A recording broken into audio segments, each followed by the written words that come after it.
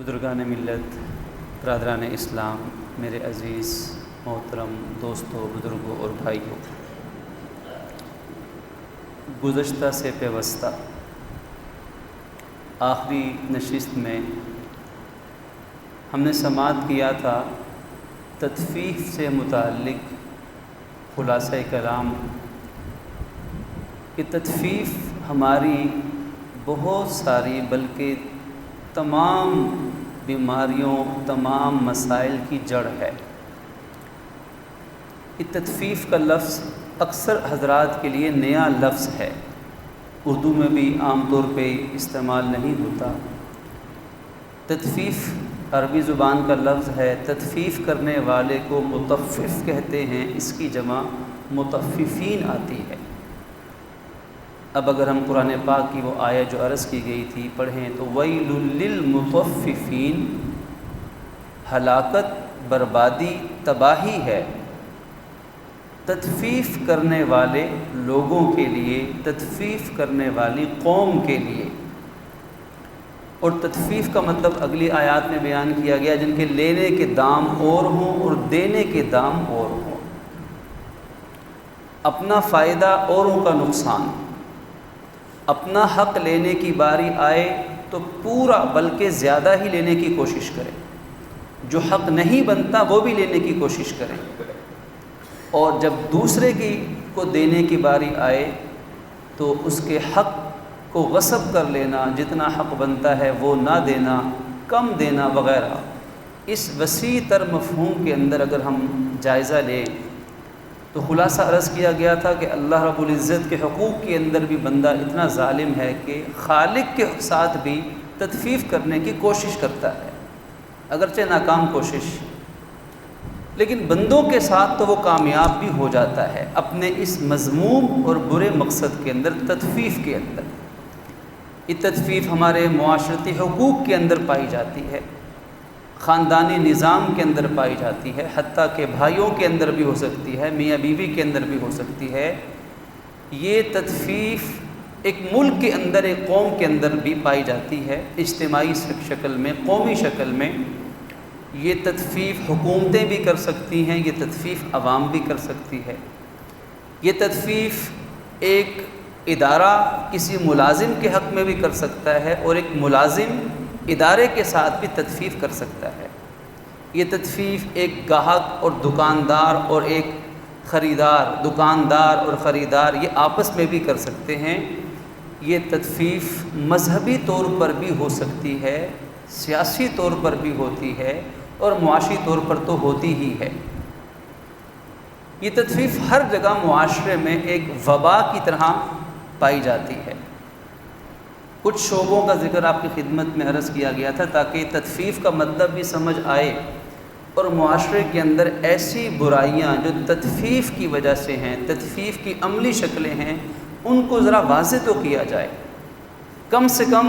دماغوں میں، ذہنوں میں یہ بات تو آئے کہ یہ عمل برا ہے، اس برے عمل کے بارے میں کم سے کم آواز تو اٹھائی جائے معاشرے کے اندر، تاکہ معاشرے کا سکوت و سناٹا ٹوٹے، خاموشی ختم ہو، اور اس برائی کو کم سے کم برا کہنا تو معاشرہ شروع کرے۔ یہ سب سے خطرناک صورتحال کہ جب معاشرہ وہ غفلت کی چادر تان کر، لمبی تان کر سو جائے، اور برائی کو برائی کہنے والے بھی ختم ہو جائیں۔ یہ منبر و محراب اللہ رسول کی امانت ہوا کرتی ہے۔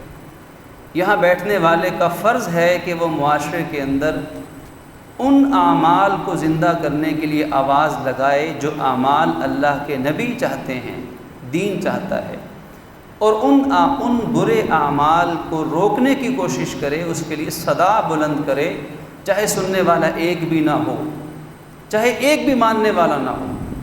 چاہے سامعین میں 100% مخالف رائے رکھتے ہوں، لیکن اس منبر و محراب کا یہ حق ہے کہ حق بات کو حق نیت کے ساتھ، حق طریقے سے بیان کر دیا جائے۔ قرآن کہتا ہے فذکر فإن الذکر تنفع المؤمنین، آپ کا کام ہے نبی جی، آپ نصیحت کرتے جائیں، جو ایمان والے ہوں گے بس وہی آپ کی نصیحت پر عمل بھی کرتے چلے جائیں گے۔ تو اس لیے صدائے حق بلند کرنا یہ انبیاء کی سنت، اس حق مقام کا تقاضا ہے۔ کچھ شعبوں کی بات عرض کی تھی، اگر ہم لیتے ہیں اسی سلسلے کے تسلسل کے طور پر، تو ایک ہماری زندگی کا ایسا اہم شعبہ ہے جس شعبے سے ہر انسان ہر روز، شاید کچھ تو ہر روز اور کچھ وقفے سے اس شعبے سے منسلک رہتے ہیں، اس شعبے کے محتاج رہتے ہیں، اور وہ شعبہ طب کا شعبہ ہے، یعنی میڈیکل کا شعبہ۔ انسان بیمار ہوتا ہے، بیماری کا علاج رب نے رکھا ہے، بیماری کا علاج کرنے والے معالجین اللہ نے پیدا کیے ہیں، اور یہ امت مسلمہ پر اسلامی لحاظ سے فرض ہے کہ اتنا اس شعبے کو ترقی پر لے جائے، اسلامی حکومتیں اور معاشرہ مل کر اتنے اچھے دیندار ڈاکٹر پیدا کریں کہ وہ ڈاکٹر پوری امت مسلمہ کے لیے، یہ کم از کم اس ملک کے لیے وہ کافی ہو سکیں، اور ہمیں علاج کے لیے اوروں کا محتاج نہ بننا پڑے۔ پاکستانی قوم یا امت مسلمہ اوروں کی طرف نہ دیکھے، مہنگے علاجوں کی طرف نہ جائے، یہ امت پر فرض کفایہ تو ہے، اس حد تک یہ شعبہ اہم ہے۔ لیکن تدفیف کا عمل جہاں ہر شعبے میں ہے، وہاں یہاں بھی پایا جاتا ہے۔ یہاں تدفیف کی شکلیں کیا ہو سکتی ہیں کہ ایک معالج، ایک ڈاکٹر جو امت کے لیے، انسانیت کے لیے کسی مسیحا سے کم نہیں ہے، اس لیے کہ یہ انسانیت کی مسیحائیت ہے، انسانیت کے زخموں پہ مرہم رکھنا، دکھی دلوں کا سہارا بننا۔ ایک بیمار شخص جب تڑپ رہا ہوتا ہے اور زندگی موت کی کشمکش میں ہوتا ہے، تو اس کا محسن وہ ڈاکٹر ہوتا ہے، وہ میڈیکل سٹاف ہوتا ہے کہ جو اس بیمار کو اس تکلیف دہ حالت میں اس کی مدد کر کے اس تکلیف سے باہر نکلنے کا ذریعہ بنتا ہے، وہ اس کے محسن ہیں، انسانیت کے مسیحا ہیں، اتنے بڑے مسیحا کہ ہم اس کا اندازہ نہیں کر سکتے۔ یہ شعبہ اتنا اہم ہے۔ میڈیکل کے اندر خدمت انجام دینے والے، چاہے وہ کسی درجے کا بھی شخص ہو،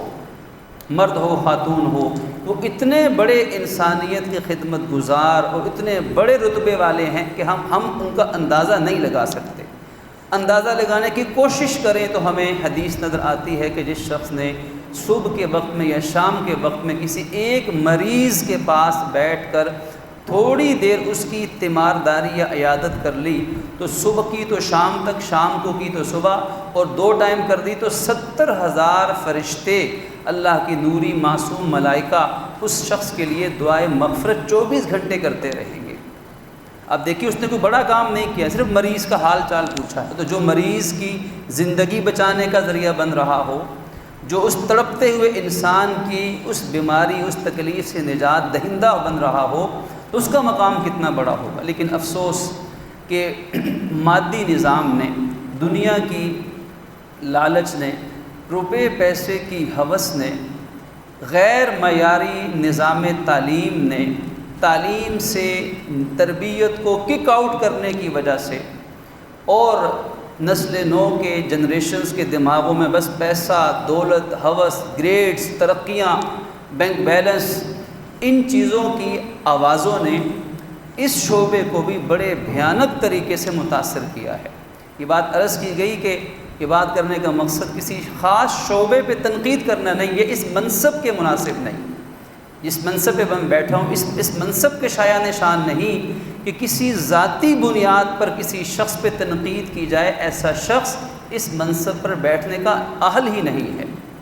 ایک عمومی معاشرے کے اندر فضا، اگر ایک ڈاکٹر یا کوئی معالج یا کوئی دوائی لکھنے والا اگر کسی میڈیسن کمپنی سے کوئی ایگریمنٹ کرتا ہے، اور اگر تو وہ جائز شکل ہے اور وہ دیانتداری کے ساتھ کسی مریض کو دوائی لکھ کر دیتا ہے، چیک اپ کیا، اس نے دیکھا کہ اس مریض کی مالی حیثیت بھی اتنی ہے، اس مرض کی یہ دوائی سب سے بہتر ہے، جس کی قیمت بھی کم ہے، اثر بھی زیادہ ہے، فارمولہ ایک ہے، وہی دوائی 20 روپے کی بھی مل سکتی ہے، اسی فارمولے والی 200 کی بھی مل سکتی ہے، اسی فارمولے والی 2000 کی بھی مل سکتی ہے۔ اب دور حاضر کے اندر اب کیا اس معالج کی ذمہ داری ہوگی؟ وہ معالج اس کمپنی کے ساتھ اپنے معاہدے کو نہیں دیکھے گا، وہ جو سہولیات ان سے ملی ہوئی ہیں ان کو نہیں دیکھے گا، جو کمیشن اس کی خفیہ طور پر ہے اسے نہیں دیکھے گا، جو اس نے ملکوں کے باہر کے اس کو ویزے اور وزٹ ملنے ہیں وہ ان کو بھی نہیں دیکھے گا۔ اس معالج نے اگر واقعی آخرت میں اپنے رب کی رضا لینی ہے اور انسانیت کا ہمدرد بننا ہے تو اس کا فرض ہے کہ اس کو اس فارمولے والی دوائی کا بتائے جو 20 روپے کی دوائی ہو لیکن فائدہ 2000 والی دوائی کا کر سکتی ہو. یعنی وہ دیانتداری سے میڈیسن لکھے گا، دیانتداری سے علاج کروائے گا. اگر چیک اپ کی، اگر معائنے کی، اگر ٹیسٹ کی، اگر ان چیزوں کی ضرورت پیش آئے گی تو لکھے گا. محض ایسا نہیں کہ لیبارٹری والوں سے کسی خاص برانڈ کمپنی سے اس کا معاہدہ ہے اتنے مریض ہفتے میں یا مہینے میں بھیجیں گے تو اتنی کمیشن ملے گی. اگر خدا نخواستہ وہ ایسا کرتا ہے تو یہ تطفیف کا معاملہ ہے، ایسا کرنے والوں کے لیے ہلاکت ہے. سب ایسا نہیں کرتے، بہت نیک مسیحا انسانیت فرشتہ صفت لوگ بھی اس شعبے کے اندر موجود ہیں، واقعتاً جو اس شعبے کا سمجھنے کے چمکتا ستارہ ہیں، اس شعبے کے ماتھے کا جھومر ہیں، جن کی وجہ سے آج لاکھوں بیماروں کی دعائیں ایسے ڈاکٹر حضرات کو، ایسے معالجین کو ملتی ہیں. لیکن جہاں خرابی واقع ہوگی تو عرض کر دیا پوری خرابی کو ایک لفظ میں بیان کریں تو وہ تطفیف ہوگی. غلط میڈیکل رپورٹ لکھ دی، یا لیبارٹری میں چیک اپ کروانے گئے، سیمپل بلڈ کا دے دیا، اب وہاں اس نے رپورٹ اس بلڈ کو میڈیکل ٹیسٹ کے بعد لکھ کر دینی ہے. اپنی طرف سے خود ہی رپورٹ جعلی اندازے کے ساتھ لکھ کر دے دی، فیس پوری لے لی. یہ تطفیف اور حرام ہے. غلط رپورٹ لکھ کر دینا، جعلی رپورٹ لکھ کر دینا، نامکمل رپورٹ لکھ کر دینا، جھوٹے میڈیکل سرٹیفکیٹس بنا کر دے دینا. ایک آدمی ہٹا کٹا ٹھیک ٹھاک ہے لیکن وہ گیا اور جا کر اپنے تعلق کی بنیاد پر یا رشوت دے کر، وہ رشوت اور حرام ہے، وہاں سے میڈیکل لیو اپروو کروا کے آ گیا. میں اتنے دن بیمار تھا یا اتنے دن مجھے بیڈ ریسٹ کے لیے کہہ دیا گیا ہے. اب 1 مہینہ، سال، 6 مہینے بیڈ ریسٹ کی لیو دے کر محکمے ادارے میں دے دی اور 6 مہینے اپنا ذاتی کاروبار چمکاتا رہا. اس نے بھی تطفیف کی، اس نے بھی تطفیف کی، اس نے بھی حرام کمایا، اس نے بھی حرام کھایا. اس کا نقصان کیا ہوگا؟ ظاہر ہے کہ معاشرتی نقصان پھر بے پناہ ہوں گے جس کو شاید بیان کرنے کی حاجت بھی نہیں ہے. تو اس شعبے کے اندر یہ جتنا اہم شعبہ ہے اسی قدر اس کے اندر تطفیف کا عنصر بھی پایا جا سکتا ہے. اس لیے اس شعبے سے منسلک افراد کی یہ ذمہ داری ہے کہ جن کو اللہ نے دین کی سمجھ دی ہے، دیانتداری کی ان میں صفت ہے، انسانی ہمدردی کا جذبہ وہ رکھتے ہیں، فکر آخرت ہے، انہیں چاہیے کہ خود بھی اور اپنے شعبے سے منسلک اپنے دائرے کے اندر رہتے ہوئے تمام لوگوں کو اس تطفیف والے عمل سے بچانے کی کوشش کریں. یہ بھی دین کی خدمت ہوگی. صرف تبلیغ کرنا یا جمعے کا خطبہ دینا خدمت نہیں ہوگی. اگر کوئی معالج، کوئی ڈاکٹر، کوئی میڈیکل آفیسر، کوئی سٹاف، کوئی شخص اپنے دائرے میں رہتے ہوئے اس میڈیکل کے طب کے شعبے کے اندر غلط طریقے سے خدمات انجام دینے والوں کو روکنے کی کوشش کرے گا تو واللہ العظیم بخدا بہت بڑی خدمت انجام دے رہا ہوگا. اور یہ کسی جہاد سے کم نہیں ہوگی، اس لیے کہ روز لوگوں کی جانیں جاتی ہیں،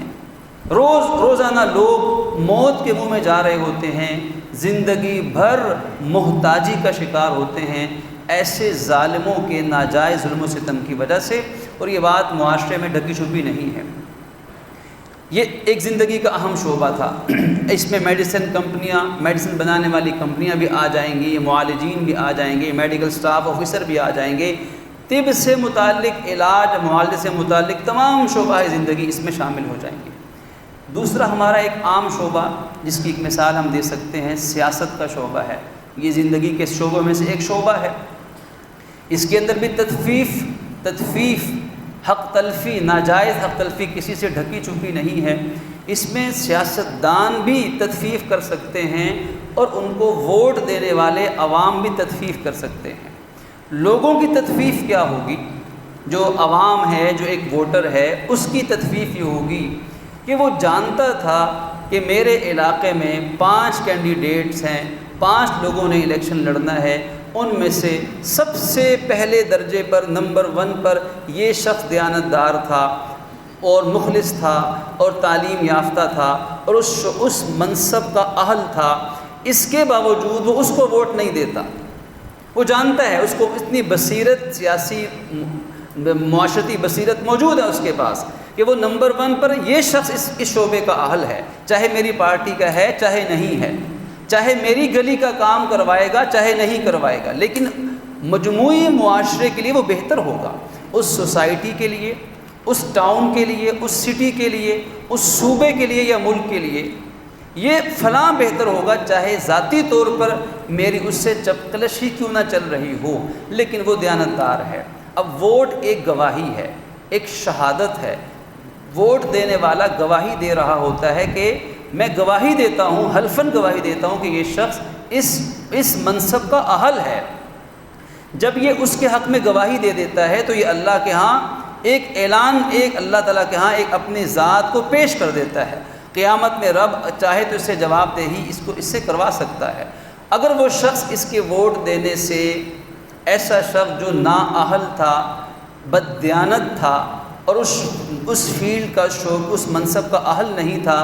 اس کے ووٹ دینے سے اگر وہ جیت جاتا ہے، برسر اقتدار آ جاتا ہے اور وہ اپنی سیٹ پر بیٹھنے کے بعد وہ بددیانتی کرتا ہے، ظلم کرتا ہے یا اپنا فرض پورا نہیں کرتا ہے، تو وہ تو گنہگار ہوگا کیونکہ اس نے تطفیف کی، لیکن یہ بھی گنہگار ہوگا کہ اس نے غلط بندے کو ووٹ دے کے تطفیف کا عمل انجام دیا،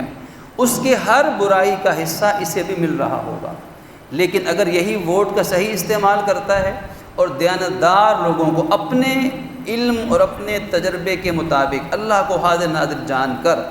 دیانتدار طریقے سے ووٹ دیتا ہے دیانتدار شخص کو، اور وہ اقتدار میں آ جاتا ہے، اختیار اسے مل جاتا ہے،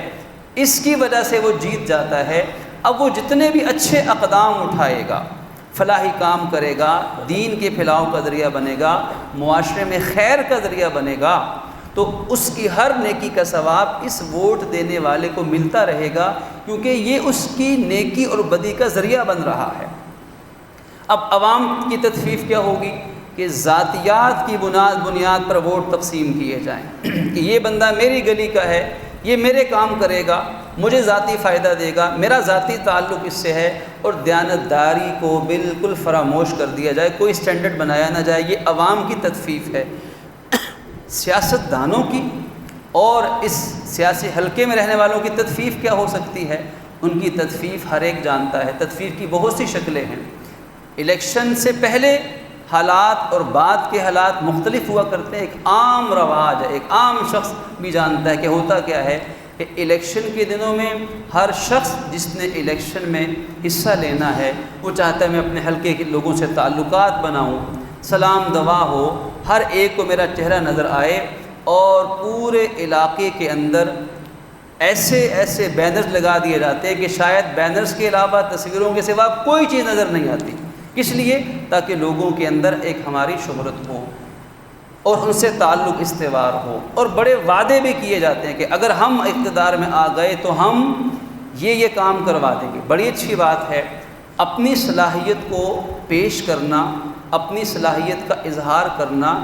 دیانتداری کے ساتھ، اخلاقی ضابطوں کے ساتھ، یہ ہر ایک کا حق بنتا ہے۔ شرعی قانونی دائرے کے اندر رہتے ہوئے کوئی حرج کی بات نہیں ہے۔ اپنے لوگوں سے تعلقات بنانا، ان سے اپنے ان کا اعتماد حاصل کرنے کی کوشش کرنا کوئی حرج کی بات نہیں ہے، یہاں تک تو معاملہ ٹھیک ہے۔ اصل بات شروع ہوتی ہے کہ جب اقتدار مل جاتا ہے، اب اقتدار ملنے کے بعد اب اس سیاستدان کا، اس صاحب اقتدار کا اب اس کا امتحان شروع ہو گیا ہے۔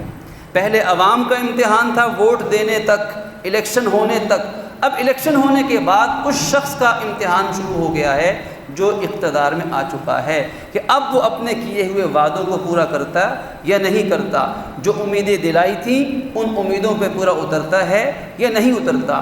یہ اگر خدا نخواستہ وہ ان وعدوں کی پاسداری نہ کرے تو یہی تطفیف ہے کہ جب کچھ لینے کا وقت تھا تو سب سے آگے تھے، اور جب عوام کو، اس ملک کو، اس قوم کو دینے کا وقت آئے تو پیچھے ہٹ جائے۔ تو یہ لینے کے دام اور دینے کے دام، اور یہاں پہ تطفیف ہوگی۔ اسی طرح اقتدار ملنے کے بعد جو روپیہ پیسہ ہے، جو ذمہ داری ہیں، جو اس سوسائٹی کی، اس شہر کے، اس ملک کے جو خزانے ہیں، جو اس کے ایسٹس ہیں، جتنی چیزیں ہیں، وہ سب اب صاحب اقتدار کے پاس امانت ہیں۔ اس امانت میں دیانتداری کا خیال رکھنا اس پر نماز کی طرح فرض عین ہو جائے گا۔ اگر اس میں خدا نخواستہ رتی برابر بھی کوئی کرپشن ہوتی ہے، کوئی بددیانتی ہوتی ہے، تو یہ تطفیف ہے جو نماز چھوڑنے کی طرح بڑا گناہ اور اللہ تعالیٰ کے ہاں قابل گرفت عمل ہے۔ یہ ایک اشارہ دے دیا، ایک خلاصہ عرض کر دیا کہ اس شعبے کے اندر عوام کی طرف سے تطفیف کیسے ہو سکتی ہے یا حکمرانوں کی طرف سے تطفیف کیسے ہو سکتی ہے۔ ہمیں اپنے حالات کا جائزہ لینا ہے اور اپنے اپنے درجے میں رہتے ہوئے ہمیں اس تطفیف کے عمل سے بچنے کی کوشش کرنی ہے۔ اسی طرح ہماری عام کاروباری زندگی کے اندر تطفیف کی ایک شکل کیا ہوتی ہے؟ مثال کے طور پر ایک صاحب اپنا مکان بیچنا چاہتے ہیں، اپنا پلاٹ بیچنا چاہتے ہیں، اپنا پلازا، اپنی دکان بیچنا چاہتے ہیں۔ اب وہ چند ایسے لوگوں سے جو پراپرٹی کا کام کرتے ہیں ان سے تعلق یا ان کو بتا دیتے ہیں، اب لوگ آ کر دیکھتے ہیں، اور آنے کے بعد وہ پراپرٹی ڈیلر ہو، وہ کمیشن ایجنٹ ہو، وہ کوئی عام شخص ہو، اور وہ آ کر کہتے ہیں کہ آپ کے مکان کی قیمت تو 4 لاکھ روپے سے زیادہ نہیں ہے، مثلاً 4 کروڑ سے زیادہ نہیں ہے، حالانکہ وہ یہ جانتا ہے کہ اس کی مارکیٹ ویلیو اس سے کئی گنا زیادہ ہے،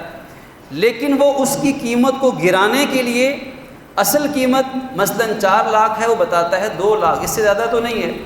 اب چونکہ مونوپلی قائم ہے، اندر لنکس موجود ہیں، دوسرا بھی آ کر کہے گا یہ تو 1.5 لاکھ سے اوپر نہیں ہے، آپ 4 لاکھ کی بات کرتے ہیں، اب اس کا ذہن بننا شروع ہو جائے گا، تیسرا بھی آ جائے گا، اچھا یہ تو 2.25 لاکھ سے اوپر نہیں ہے، ایک اس کی ذہن سازی ہوگی۔ علامہ تھانوی رحمہ اللہ نے ایک لطیفہ لکھا ہے اس منوپلی والی کرپشن کے اوپر، کہتے ہیں کہ ایک شخص بیچارہ سیدھا سادہ سا ایک لے مین بکری کا بچہ اٹھا کے لے کے جا رہا تھا، اس کو 4 ٹھگ مل گئے، 4 دھوکے باز مل گئے، انہوں نے کہا کہ اس سے یہ بکری کیسے چھینیں، یہ تو دینے والا نہیں ہے، چھینیں گے تو مارے گا، لڑ بھی نہیں سکتے۔ تو ایک دھوکے باز فراڈیا آیا، اس نے کہا کہ بھئی یار یہ کتے کا بچہ کتنے کا بیچ رہے ہو؟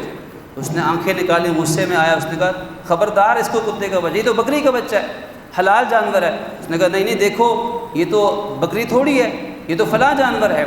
نہیں نہیں، اس نے غصہ کر کے اس کو بھگا دیا۔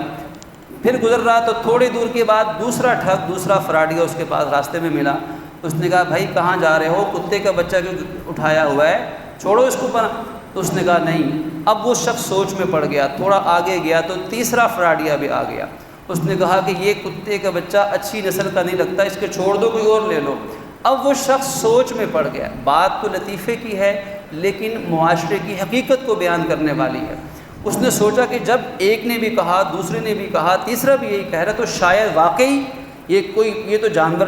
حلال لگتا ہی نہیں۔ چوتھا بھی راستے میں آ گیا اور ہنستے ہوئے اس سے کہا کہ یار تم اسے کہاں لے کر جا رہے ہو؟ تو اب اسے یقین آ گیا کہ یہ بکری کا بچہ تو ہے ہی نہیں، یہ تو کتے کا بچہ ہے، اور اس نے اس کو وہیں پھینکا اور ڈر کے بھاگ گیا، شاید کوئی جن چڑیل نہ ہو کہ مجھے دیکھنے میں بکری لگ رہی ہے اور حقیقت میں یہ کوئی اور جانور ہے۔ وہ اس کو چھوڑ کر بھاگا اور ان 4 فراڈیوں نے مل کر اس کو پکڑا، ذبح کیا، تکا بوٹی بنا کے کھا گئے۔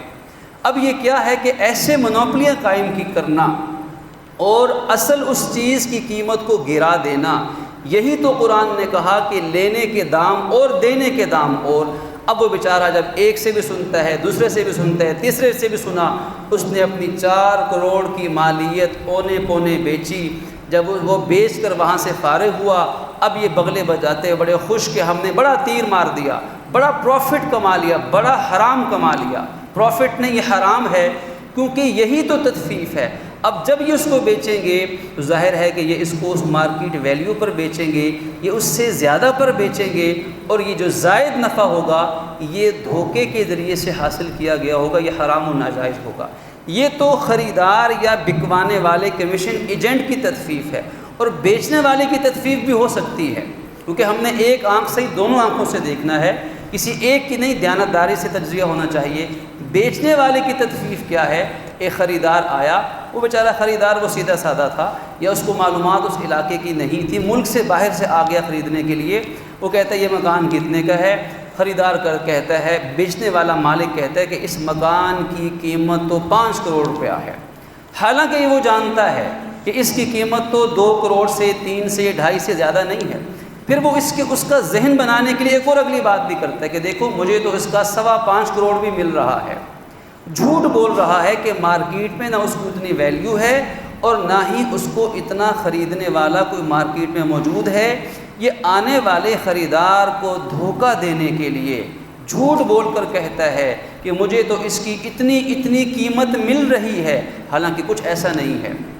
صرف اس کی ذہن سازی کرنے کے لیے، اور بیچارہ وہ دھوکے میں آ کر اس چیز کو مارکیٹ ویلیو سے زیادہ میں خرید لیتا ہے۔ تو یہ بھی تطفیف ہے، اس کے تطفیف ہونے میں کوئی شک نہیں ہے۔ اسی طرح اگر ہم زندگی کے تمام شعبوں میں دیکھیں تو تطفیف کا عمل بنیادی طور پر یہ مادیت پرستی ہے،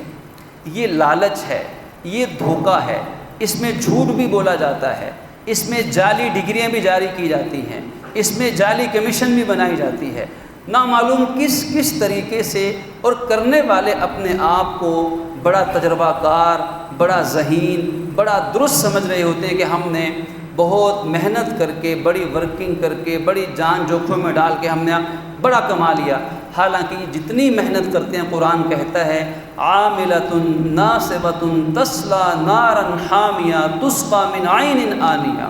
کہ قیامت میں کچھ ایسے لوگ بھی اٹھیں گے کہ زندگی میں انہوں نے بڑی ورکنگ کی ہوگی، عاملہ کے معنی ورکنگ، بڑی محنت کی ہوگی، اتنی محنت کی ہوگی کہ محنت کر کر کے تھک چکے ہوں گے، رات دن ایک کر دیا ہوگا، لیکن کماتے حرام ہوں گے، محنت ناجائز کرتے ہوں گے، اور آخر کار تصلی نارا حامیہ، ایسے لوگوں کو اٹھا کے جہنم میں ڈال دیا جائے گا، اور جہنم کے کھولتے ہوئے پانی اور چشموں سے، کھولتے ہوئے پیپ سے ان کے پیٹوں کو بھرا جائے گا معاذ اللہ۔ عاملۃ ناصبہ، محنت کرنے والے اور تھکنے والے، لیکن محنت ناجائز رخ پر کرنے والے۔ تو یہ معاشرے کے اندر جو انتشار ہے، جو مسائل ہیں، جو بد امنیاں ہیں، جو جھگڑے ہیں، کہ کوئی حل نہیں ملتا اپنے حالات کو، اپنے ملک کو ٹھیک کرنے کے لیے۔ اتنے 75 سالوں کے اندر تو ترقی کرنے والی قومیں کہاں سے کہاں پہنچ جاتی ہیں، قومیں بن جاتی ہیں، قوموں کا ہاتھ پہلے یوں ہوتا ہے، پھر پوری دنیا کو وہ یوں ہاتھ اپنا کرتے ہیں، لیکن یہ تب ہوتا ہے کہ جب دین صحیح معنی میں ہو، اور جب دین صحیح معنی میں ہوگا تو پھر ظاہر ہے کہ یہ دین کا ہی حکم ہے کہ دھوکہ نہیں دینا، حرام نہیں کمانا، ناجائز منافع خوری نہیں کرنی، پھر ہر چیز کی اصلاح خود بخود ہوتی چلی جاتی ہے۔ اور دین کا بنیادی مرکزی خیال ارحموا من فی الارض یرحمکم من فی السماء، کہ ہم دوسروں کو لوٹنے والے نہیں ہیں، ہم دوسروں کا پیسہ ناجائز اپنی جیب میں ڈالنے والی امت نہیں ہیں۔ ہمیں قرآن نے جو امت بتایا وَيُؤْثِرُونَ عَلَىٰ أَنفُسِهِمْ وَلَوْ كَانَ بِهِمْ خَصَاصَةٌ، اللہ پاک اس امت کی تعریف کرتے ہوئے فرماتا ہے کہ یہ تو فقر و فاقہ کے باوجود اوروں کو اپنے اوپر ترجیح دیتے ہیں۔ حضرت ابو طلحہ انصاری رضی اللہ تعالیٰ عنہ کی طرح بیوی بھوکی، بچے بھوکے، مہمان نبی نے بھیج دیا، وہ غریب مہمان، آپ نے آ کر بیوی سے کہا بیوی چراغ بجھا دینا، کہیں یہ نہ ہو کہ جو تھوڑا سا کھانا ہے مہمان کو پتہ چلے کہ ہماری پوری فیملی بھوکی ہے تو مہمان شرم کے مارے نہ کھائے۔ بیوی وفا شعار تھی، تربیت یافتہ تھی، بیوی نے چراغ گل کر دیا، بجھا دیا۔ اب مہمان کو لگا کہ میزبان بھی کھا رہا ہے، حالانکہ چشم فلک نے، تاریخ انسانی نے یہ واقعہ لکھا کہ وہ شوہر باپ بھوکا سویا، بیوی بھوکی سوئی، ماں نے بچوں کو بھلا پھسلا کے بہانے سے سلا دیا، وہ تھوڑا سا کھانا ان سب نے ایثار کا مظاہرہ کر کے اس مہمان کو کھلا دیا۔ اب حضور سے انہوں نے ذکر نہیں کیا کہ یا رسول اللہ دیکھیں میں نے آپ کے مہمان پہ کتنا احسان کیا۔ یہ عام ترتیب کے مطابق جب صبح نماز فجر میں اللہ کے نبی کی بارگاہ میں مسجد نبوی پہنچے، اللہ نے ان کے آنے سے پہلے قرآن اتار دیا، اور آپ نے فرمایا کہ ابو طلحہ اللہ تمہارے رات کے ایثار سے راضی ہو چکا ہے، اور اس نے قیامت تک یہ اصول دے دیا کہ ایمان والے ایسے ہوتے ہیں کہ چاہے خود فاقہ ہے، چاہے خود تنگ دستی ہے، لیکن ایمان والے اپنے بھائیوں کو ترجیح دیتے ہیں۔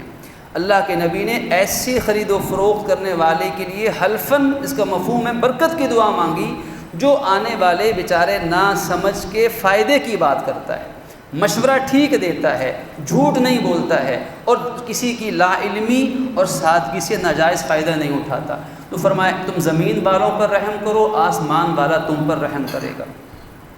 آخری بات جو عرض کرنا جو بہت ضروری اور اہم ہے، ہم جانتے ہیں کہ آج وطن عزیز جہاں اور بہت سے مسائل ہیں، آفات و بلیات ہیں، سیلاب زدگان کا بہت بڑا مسئلہ، جس کیفیت سے شاید ہم لوگ ہمیں یہاں رہنے والوں کو شاید اتنا اس تکلیف کا احساس نہ ہو۔ ہاں، درد دل رکھنے والے صاحبان جانتے ہیں کہ پاکستان میں جہاں جہاں جن جن علاقوں میں سیلاب کی تباہ کاریاں ہیں،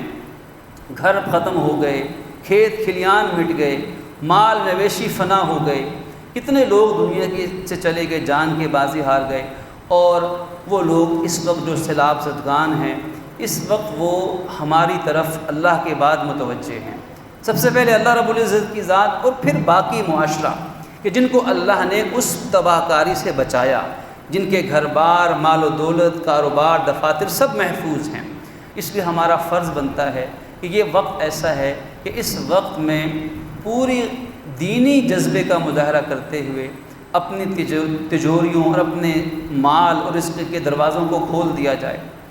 اپنی مدد آپ کے تحت جس کو اللہ توفیق دے وہ خود لے جائے امداد، اور وہاں جا کر اپنی تسلی سے اپنے چاہے جاننے والوں کو، گاؤں والوں کو، علاقے والوں کو ان کی امداد جو ممکن ہے وہ کی جائے۔ اور ظاہر ہے کہ ید اللہ علی الجماع، ٹیم ورک ہمیشہ انڈیویجول ایفرٹس سے زیادہ بھاری اور پر اثر ہوتا ہے۔ اگر اجتماعی طور پر کوئی شکل بن جائے کہ ماشاءاللہ اس سوسائٹی میں رہنے والے اللہ نے بہت سوں کو بہت نوازا ہے، اگر کوئی ایسی ترتیب بن جائے کہ آپ حضرات مل کر آپس میں، ہم سب مل کر کوئی ایسی ترتیب بنائیں مشاورت سے، اس مسجد کے نمازی احباب ہیں، یہاں کے مقامی احباب ہیں، دیگر احباب تشریف لاتے ہیں جمعہ پڑھنے کے لیے، کوئی مل جل کر آپس میں طے کر کے کچھ محنت کر کے جو امداد، جو شکل بنے تعاون کی، وہ ہمیں کرنی چاہیے۔ وہ ہمارا فریضہ ہے، ہم کر سکتے ہیں۔ اللہ نے ہمیں جانی، مالی، ہر طرح سے صلاحیت عطا فرمائی، اور روز قیامت یہ ہم سے پوچھا جائے گا کہ جن کو اللہ نے توفیق دی ہے، کر سکتے ہیں، نہیں کر رہے، علم بھی ہے، تو قیامت کے دن اللہ پوچھے گا۔ روایت کا مفہوم بنتا ہے، اللہ ایک بندے سے پوچھے گا کہ بتا میرے بندے، مجھے بھوک لگی تھی، تو نے مجھے کھانا کیوں نہیں کھلایا؟ کہے کہ یا اللہ آپ تو کھانے سے پاک ہیں۔ اللہ پاک فرمائے گا اے بندے، میرا فلاں بندہ بھوکا تھا، اگر تو اس کو کھانا کھلاتا تو مجھے اس کے پاس موجود پاتا۔ اچھا بندے بتا، مجھے پیاس لگی تھی، تو نے مجھے پانی کیوں نہیں پلایا؟ بندہ کہے گا یا اللہ آپ کی ذات تو پانی پینے سے پاک ہے، آپ کو تو پیاس ہی نہیں لگتی۔ اللہ فرمائے گا میرا فلاں بندہ پیاسا تھا اور تیرے پاس پانی تھا، تو اس کو دے سکتا تھا، اگر تو اس کو دے دیتا تو تو مجھے حاصل کر لیتا، میں تیرا ہو جاتا۔ میرے بندے تو نے مجھے کپڑا کیوں نہیں پہنایا؟ یا اللہ آپ تو لباس سے پاک ہیں۔ اللہ پاک فرمائے گا مفہوم یہ ہے کہ فلاں بندہ وہ لباس کا محتاج تھا، اس کے پاس کپڑے نہیں تھے، اگر تو اس کو لباس پہنا دیتا تو اس کو لباس پہنانے کی وجہ سے میرے بندے میں تجھے اپنی جنت کا لباس عطا فرما دیتا۔ تو جس کو اللہ نے توفیق دی ہے، چاہے انفرادی طور پر چاہے اجتماعی طور پر، آپس میں ماشاءاللہ یہاں بہت سے مخیر حضرات ہیں، اپنے طور پر یہاں مسجد میں کوئی ایسا باقاعدہ فنڈ ابھی تک کوئی قائم نہیں ہے، لیکن اگر آپ حضرات کرنا چاہیں، ماشاءاللہ دفتر کے احباب موجود ہیں، محترم طارق سعید صاحب دفتر کے احباب کی طرف سے موجود ہیں، ہمارے مقامی نمازیوں میں سے بزرگوں میں سے جناب ساجد حسین صاحب موجود ہیں۔ ان بزرگوں کی سرپرستی میں آپس میں مل جل کر ایک رائے ہے، ایک مشورہ ہے۔ آج جمعہ کی نماز سے پہلے یقین کیجئے ایک بزرگ مجھے ملے، مجھے گھر سے بلایا، اور ان کے آنکھوں میں آنسو میں بھول نہیں سکتا۔ وہ بزرگ نمازی رو رہے تھے، میں نام نہیں لیتا، وہ رو رہے تھے اور کہہ رہے تھے کہ اللہ کے واسطے خدا کے لیے بڑی درد دل سے درخواست کی کہ آپ آج کے جمعے میں ان احباب کے سامنے ایک تجویز رکھ دیں، شاید کسی کے دل میں بات اتر جائے، کہیں ایسا نہ ہو کہ آخرت میں ہماری نجات رک جائے، ہماری نمازیں یہیں رہ جائیں، کہ وہ ہمارے ہی بھائی ہیں، وہ ہمارے ہی بچے ہیں، جو جن کی لاشیں سیلاب بہا کر لے گیا، وہ مائیں بہنیں بیٹیاں کی لاشیں بھی نہیں ملی ہیں، گھروں کے نام و نشان تک مٹ گئے۔ وہ ہم جیسے ہیں، ہمارے مسلمان بھائی ہیں، ہمارے پاکستانی بھائی ہیں، کم سے کم انسانیت کا ناطہ تو ہے ہی ہے، کہیں ہم پکڑے نہ جائیں اللہ کی بارگاہ میں۔ تو اس لیے یہ تجویز آپ کے سامنے رکھ دی ہے۔ اب آپ جب مناسب سمجھیں ان حضرات کی سرپرستی میں یا انفرادی طور پر جیسے آپ کا جی چاہے مناسب سمجھیں، آپس میں مشاورت کر کے یہ فریضہ انجام دیا جائے تاکہ اللہ پاک ہمیں بھی سرخرو فرمائے اور ان مسلمانوں کی بھی کسی حد تک امداد ہو سکے۔ اقول قولی ھذا استغفر اللہ لی ولکم ولسائر المسلمین وآخر دعوانا ان الحمد للہ رب العالمین۔